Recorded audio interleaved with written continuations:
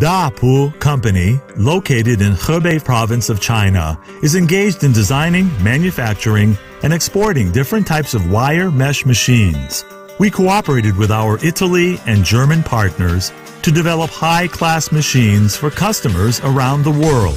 We have our own manufacturing plant and R&D department with advanced techniques.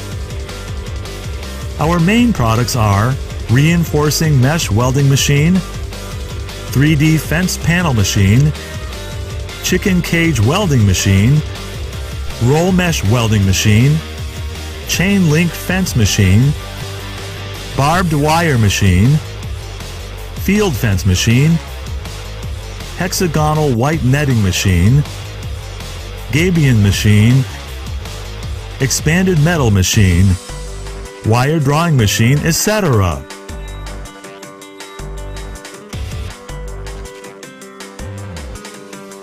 We can supply completed and professional after-sales service.